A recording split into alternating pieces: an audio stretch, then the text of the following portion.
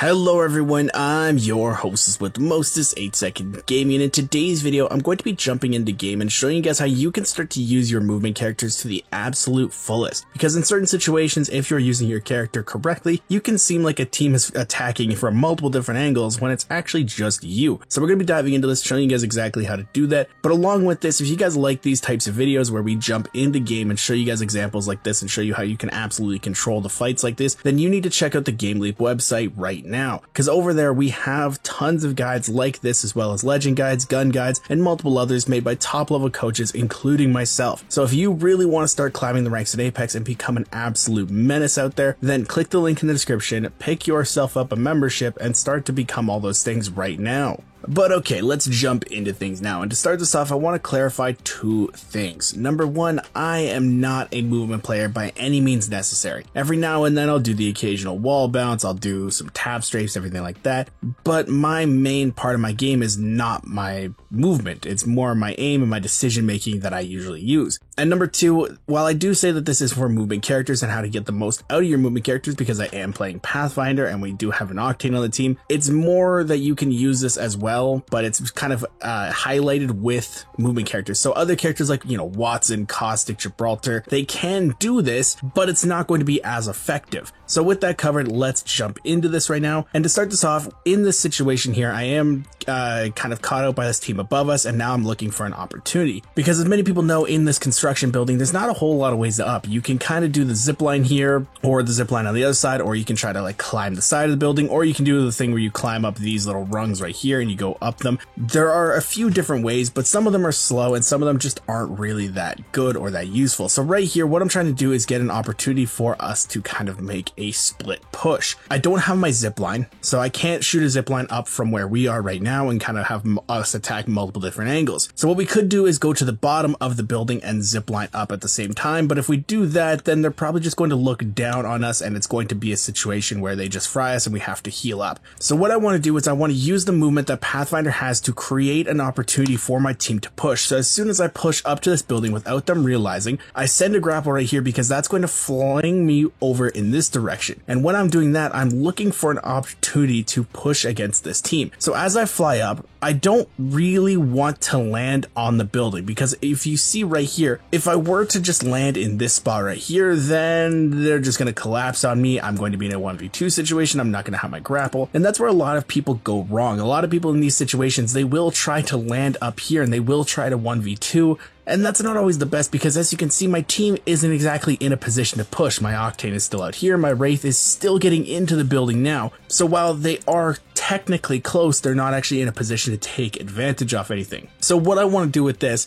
is basically get a few shots off with my Peacekeeper. You can see my crosshairs here are looking for someone. They're positioned in a spot that I can try to get a flick off on somebody, or I can try to get some damage. And as I'm in the air, I do actually get the Gibraltar for a decent amount of damage, and that opens up an opportunity for my Wraith to push up, because that Gibraltar is going to be healing and he's not going to be paying attention, and that's going to give her a chance to push. Now she doesn't push as hard as I thought she was going to, but it gives me a chance to kind of climb up the side here and take a little bit of an off angle. But this is where the fight gets a little bit trickier, and this is where people would start to kind of panic and overcommit to something. They use an Octane pad that was on the roof of the building to relocate, because we were sieging that building. They were in a little bit of an awkward spot at that point. So this is where we try to chase, because we want to keep them on their heels. We don't want to let them kind of set up another building. If they made it past Diner and into this building, then we're in the exact same situation of we can't just take the stairs or the zip line, and it's a whole other issue. So we want to keep them getting into a stable spot, and this is what you guys need to do in your games. If you have a team that's running from you,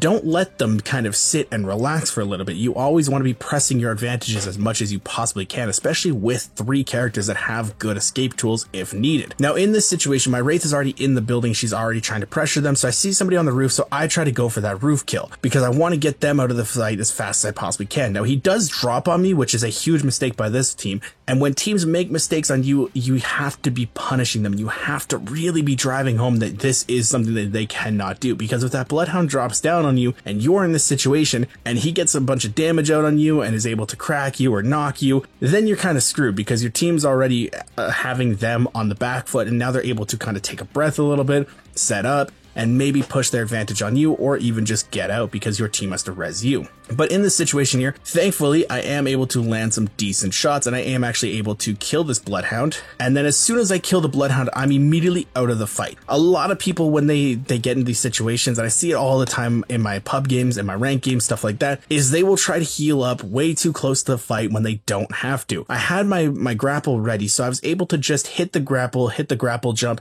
and get out to a safe spot. If they were to try and push me, they'd have to push over into an open area. My teammate would know. I would be able to kind of play this wall a little bit, and then I would be able to kind of turn the tide of that fight. But because they don't push up on me, I am able to pop this shield battery completely free and then go and help my teammate. Now my teammate is actually doing a bunch of damage here, but I want to get this thirst out here. Normally I would be a little bit against thirsting in fights when you don't have to, but because my teammate is a little bit low and they're going to be playing, I know how they play because I am actually queued with these guys, so I know how this person plays, and they're going to be using their movement because they do classify themselves as a movement player. And they're going to be trying to dip and dive around. So if they're going to be doing that, I want them to have that armor swap available. Unfortunately, they do die here, and they're not able to get off and get the armor swap. But as soon as that happens, I know that they've been putting out a good amount of damage, so I try to take advantage of that. Now, I was not expecting this Octane to be on this door, and if you guys are in this situation and you actually do land your PK shot, I didn't, and I didn't hit the kind of balcony shot that I was going for here. If you guys were in that situation, you did land it, I would say press it, like go into the building and try to get the Octane down because the Gibraltar was healing. But since I wasn't able to get those shots, I don't want to try and force something when I don't have to. A lot of people make the mistake of thinking if they mess up a shot or they don't hit the opportunity that they wanted to, they try to force it. They try to kick the door down. They try to get in there and kill that Octane when the Gibraltar's right there. He was low, but if something happens and he could stop his healing, the Octane could get a lucky Peacekeeper shot off on you, something like that, and then you just lost the fight. Instead, what you should be doing is looking to use your movement character's abilities against the enemy team and go for off angles. Now, they just saw me at that balcony, so they're going to be looking for that angle. So I want to try and play up like the opposite side of the building. I want to try and take angles that they're not expecting me to be in. Now, my Wraith was calling out where the team was, so I did look at the wrong window for a second, but I am able to get over here and get a really nice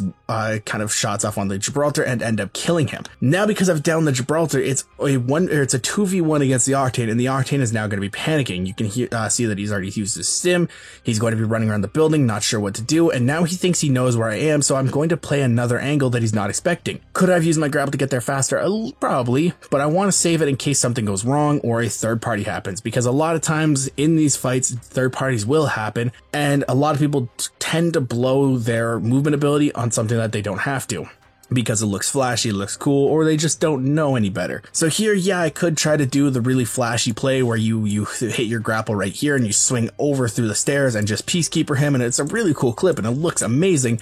But in game, it's not actually that useful, so I'd rather just run up the stairs and just one clip him, and then that's ending the fight right there. And they have no other option because I played so many different angles. They were never sure which window was going to be peaked. They never understood where the bullets were coming from, where to look, where to hold, and we were able to really press the advantages that we had constantly. So you guys need to be doing this in your fights to end them a lot faster and end them a lot kind of safer, because I was never really peaking angles that I didn't have to. I never really took an extended amount of damage when I didn't have to. I took a little bit of damage in the initial fight with the Bloodhound, but that is something that you kind of have to do. When they're in your face like that and they're landing shots, you're going to be taking that damage. But against the Gibraltar, against the Octane, I use the movement that Pathfinder offers to take different angles without taking any damage in return. So I really hope this helps you guys out and you enjoyed this video. If you did and you want to stay up to date with the latest and greatest Apex Legends tips, tricks, and news, don't forget to smash that like and subscribe button. Thank you guys all for watching. Once again, I'm 8 Second Gaming, and I will see you guys in the next one.